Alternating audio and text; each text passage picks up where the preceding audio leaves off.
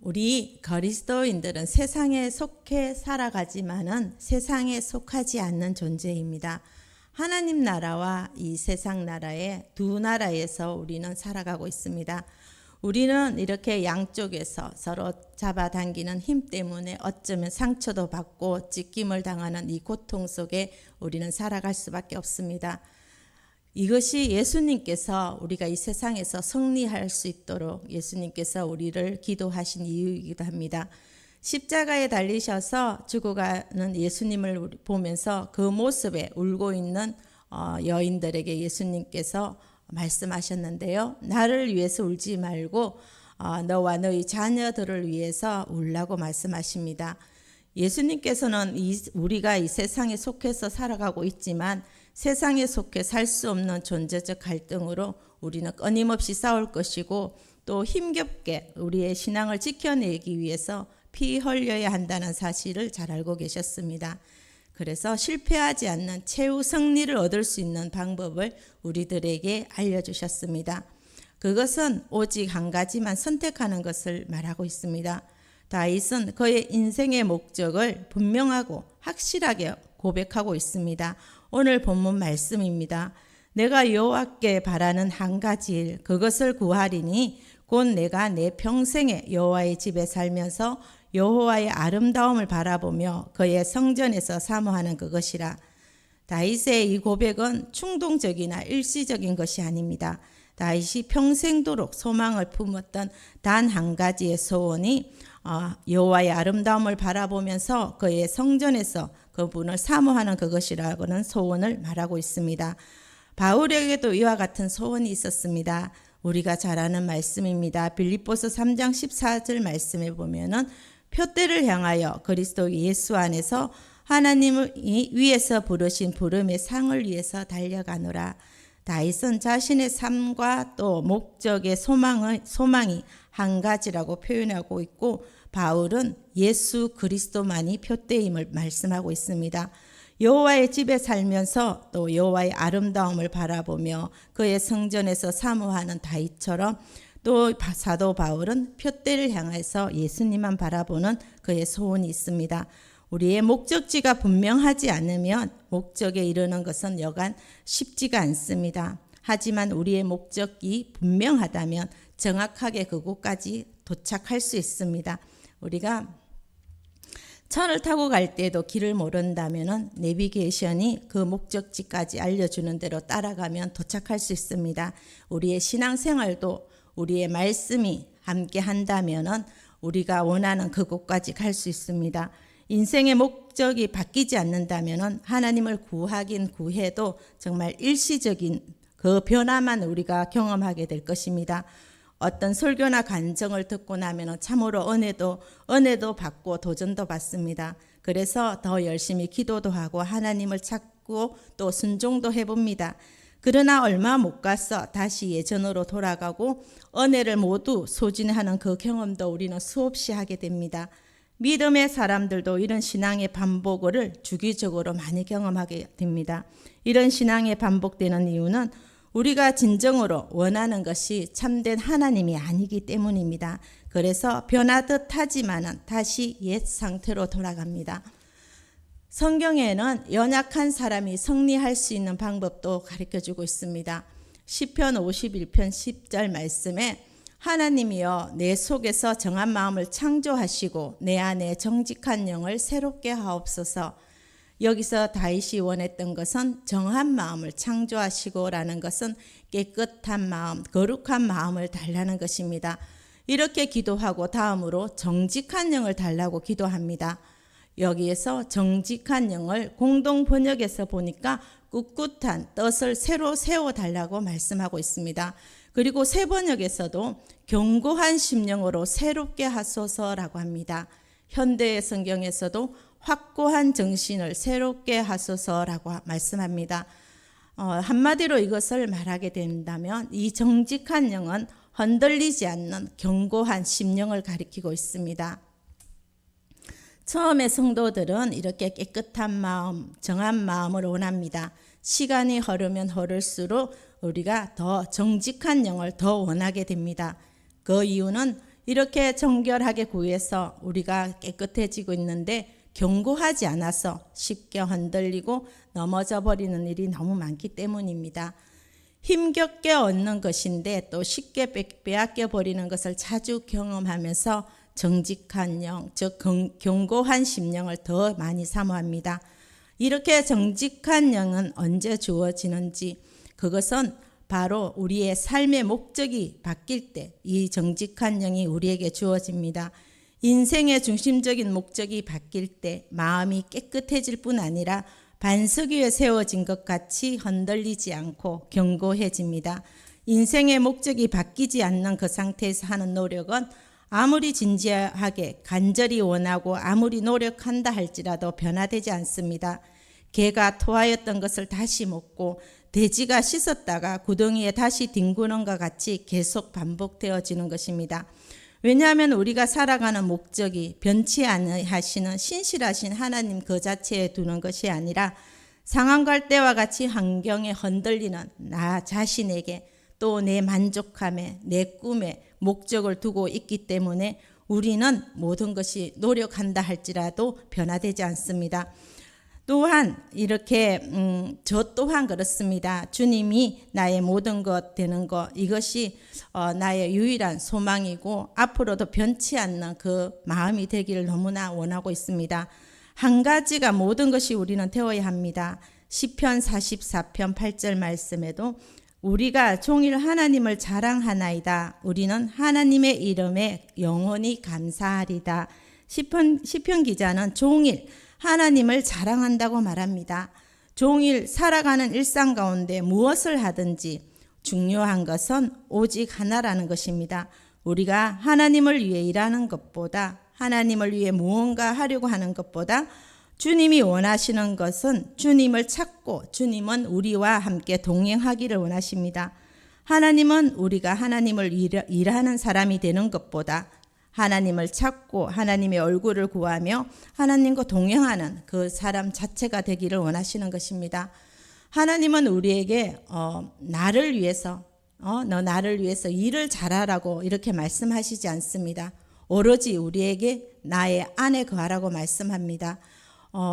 우리가 비전을 이루고 헌신하는 그것보다 더 중요한 것은 바로 하나님의 삶을 목적으로 삼는 것입니다. 저마다 인생의 비전은 다를 수 있지만 우리의 주된 삶의 목적은 우리가 살아가는 그 이유는 단 한 가지뿐이기를 원합니다. 이 한 가지가 단순히 여러 가지 소망을 품는 것들 중에 한 가지라면 그 삶은 또한 절대로 변화되지 않을 것입니다. 사실 우리는 이렇게 생각하고 고백할 때가 참 많습니다. 주님, 저의 한 가지는 오직 주님뿐입니다 라는 것이죠. 이렇게 찬양과 기도하면서 눈물로 우리는 너무나도 쉽게 고백하기도 합니다. 우리의 입술의 고백이 정말 나의 삶에서 어쩌면 진짜라고 착각하며 살아갈 수도 있습니다. 찬송가에 보면은 내게 있는 모든 것을 아낌없이 드린다는 찬양이 있습니다. 참으로 이 찬양을 할 때 정말 나의 모든 것을 아낌없이 내려놓아야 할 그 순간에 모든 것을 내려놓을 수 있을지 나 자신에게도 먼저 질문해 봅니다.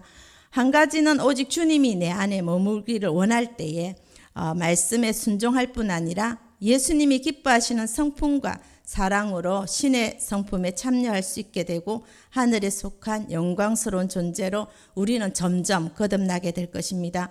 우리가 실패한 이유는 다른 것이 아니라 우리의 삶에 있어서 예수님에게서 초점이 빗나갈 때입니다.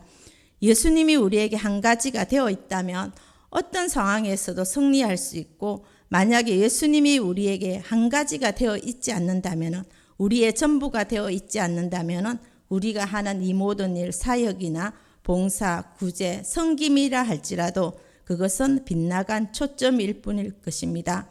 사도 바울이 할 수 있었던 것은 단 한 가지, 그리스도 말고는 다른 모든 것을 배설물로 오물로 여겼습니다.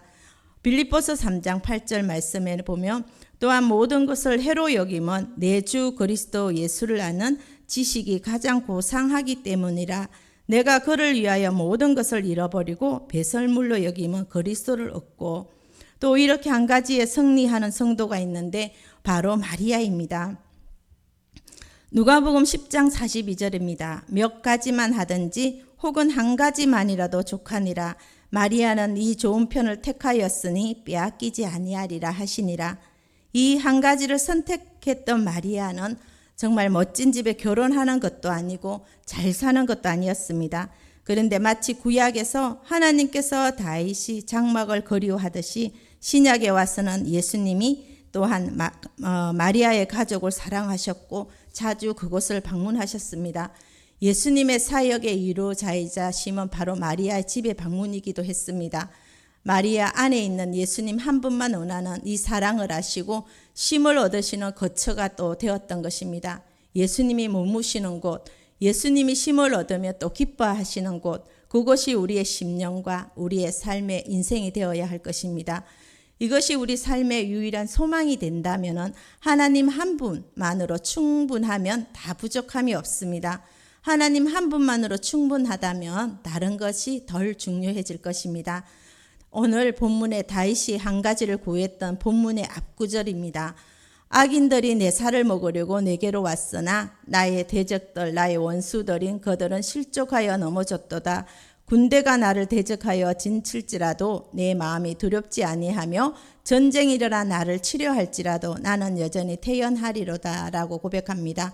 여기서 원수, 군대 이러한 단어만 보아도 다윗은 지금 전쟁의 한복판에 있는 상황임을 우리가 생각할 수 있습니다.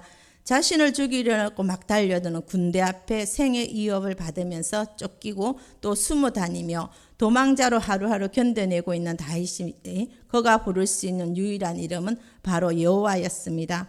그리고 그는 여호와께 한 가지를 구하며 나갔습니다. 하나님 전쟁에 승리해 달라고 하지 않습니다. 죽임을 당할 것 같은 이 두려운 상황에서 해결해 달라고 하지 않습니다. 나의 대적들과 원수들을 물리쳐 달라고 하지 않습니다. 이 어려운 환경 속에서도 여러 가지를 구하지 않았습니다. 그가 구한 것은 오직 한 가지였습니다. 하나님 저에게 딱 한 가지 소원이 있습니다. 이 한 가지면 됩니다. 나의 평생에 하나님의 집에 살면서 하나님의 아름다우심을 바라보며 하나님만 사모해 달라고 합니다. 이 다윗의 기도는 또 이 상황에 이치에도 맞지 않습니다. 또한 약간 모자라고 비상식적인 기도처럼 보이기도 합니다. 그러나 다윗의 기도는 그의 모든 문제와 상황을 역전시켰던 가장 강력한 능력이며 지혜였습니다. 오직 한 가지만 구하는 그의 중심이 바로 하나님 마음에 합한 이스라엘 왕으로 세워지는 열쇠였습니다. 우리도 주님 한 분만으로 충분한 삶이 되려면 어떻게 해야 할 것인가에 대해서 예수님께서 한 가지는 과연 무엇인지 그것을 말씀해 주고 있습니다. 예수님께서 진정 원하시는 것, 예수님께 정말 중요한 것, 예수님께서 가장 귀하게 여기시는 단 한 가지, 그것은 바로 저와 여러분들입니다. 우리 주님은 저와 여러분 한 사람으로 충분한 것입니다. 그래서 해도 안 되는 죄인 된 저와 여러분을 위해서 하늘의 영광까지 버리실 수 있었습니다. 왕의 보좌에서 내려오셔서 마국간의 말통에 누우셨습니다. 하나님의 집 천국을 버리시고 이 땅에 머리 둘 곳 없이 거처 없이 떠도시면서 정말 가난하게 되셨습니다. 찬송과 존귀와 영광을 받으심을 버리시고 멸시와 천대와 고난을 받으신 분이 바로 우리 예수님이십니다. 십자가에서 고난당하시며 찢기고 또 피와 물을 흘리시는 그 잔인한 고난과 형벌 속에서도 예수님의 마음에 가득 찼던 한 가지는 자신에 대한 아픔과 상황과 생각이 아니었습니다. 그분에게 한 가지는 저와 여러분이 이 한 가지의 생명을 거셨고 우리를 죽기까지 사랑하신 그분이 바로 우리 주님이십니다. 십자가로 확정하신 이 사랑을 온전히 깨닫지 못한다면 절대로 주님이 우리의 삶의 전부이자 한 가지가 될 수 없습니다. 그리스도를 얻고 그 안에서 발견되는 것, 또 주님의 임재를 지켜내는 것, 이것이 우리 인생의 단 한 가지 소원이 되기를 소망합니다. 가장 영광스럽고 위대한 일을 위해 어떠한 대가와 희생도 우리는 지불해야 될 것입니다. 어떠한 경우에도 떠나거나 훼손되어서는 안 될 생명과는 바꿀 수 있는 오직 한 가지 삶의 목적입니다. 그리스도만 사랑하는 우리는 신부입니다. 이것이 우리에게 주어진 권세입니다. 그리스도만 깊이 아는 것, 이것이 우리에게는 모든 것이 될 것입니다. 요한계시록 3장 20절과 22절 말씀입니다. 볼지어다 내가 문 밖에 서서 두드리노니 누구든지 내 음성을 듣고 문을 열면 내가 그에게로 들어가 그로 더불어 먹고 그는 나로 더불어 먹으리라. 주님과 동행하는 것이 한 가지가 전부가 될 때여야 우리의 마음의 빗장이 열리게 되는 것입니다. 그리고 그때야 비로소 우리의 마음 중심에 그 유일한 한 자리에, 그 가장 귀한 그 자리에 주님을 왕으로 모셔드릴 수 있는 것입니다. 우리 마음의 보좌에 앉아있는 이 한 가지는 우리가 천국 앞에 이르렀을 때에 이렇게 우리로 하여금 고백하게 될 것입니다. 주 예수님보다 더 귀한 것은 없습니다. 내가 원하는 한 가지는 오직 예수 그리스도 한 분뿐이십니다. 라고 고백하게 될 것입니다. 오늘 하루도 이 고백으로 하루를 승리하는 이 한날이 되기를 간절히 원합니다.